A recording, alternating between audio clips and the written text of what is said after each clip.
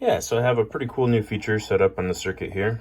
I'm in multiply by 3 mode, and what's going to happen here is when I dial, say, like a 1, the counters are going to take, well, the multiplication unit is going to take the 1 times 3, and is going to output 3 to the counters.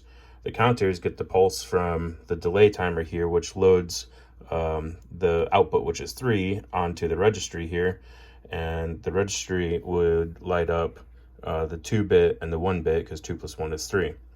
And then when that happens, I have a NAND gate right here, which is not AND, which is implemented through an RC network right here, and that causes the RC network to fire up and create a pulse, and that pulse will be represented on this chip, and that pulse is fed back into the clock of the counter chips.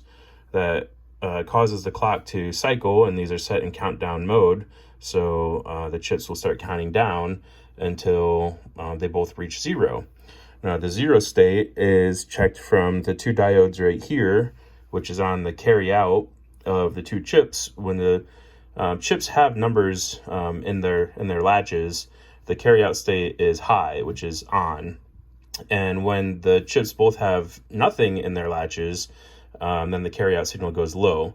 So those 2 diodes clamp that and send it to the NAND gate here and stops the RC network.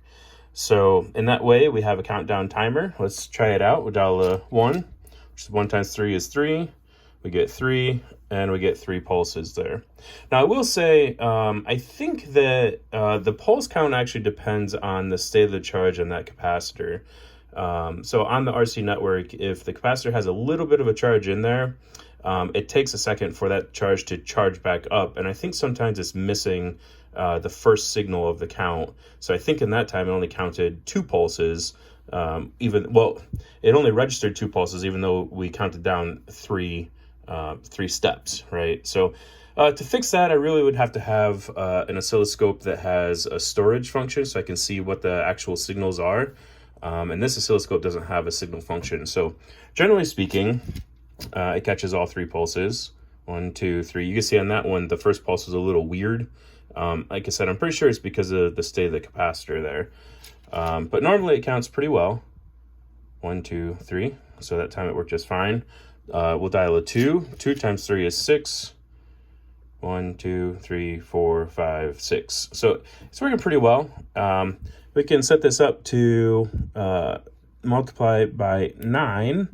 And what I can do here is increase the speed of the counter so we don't have to wait forever. And I'll dial 9 times 9, which is 81. And now it should flash 81 times. What's really cool here is that these 2 counter chips are cascaded together. And so if I dial a 1, 9 can be represented in the 4-bit registry just fine. It's, 8 plus 1 is 9. But if you dial anything, over 15, because 8 plus 4 plus 2 plus 1 is 15, then it has to cascade to the second counter chip and light up the registries on that chip. And so the counter chips are actually cascaded together, and so they understand that if you consider these 4 pins here, these 4 lights, the first digit, right, and these 4 the second digit, which is not entirely accurate since this is actually binary, not BCD. But if you consider that, then the chips know that when this gets to 0, it needs to decrement the tens place by 1.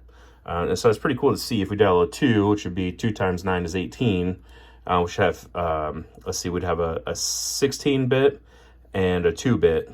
And so we'll have the 2 turn off and the 1 light up, and then the 1 turn off, which is 0. And then so we'd have a flash of 2, 1, 0, and then the 16-bit will move over to the 8-bit, and then would have 15 in the registry.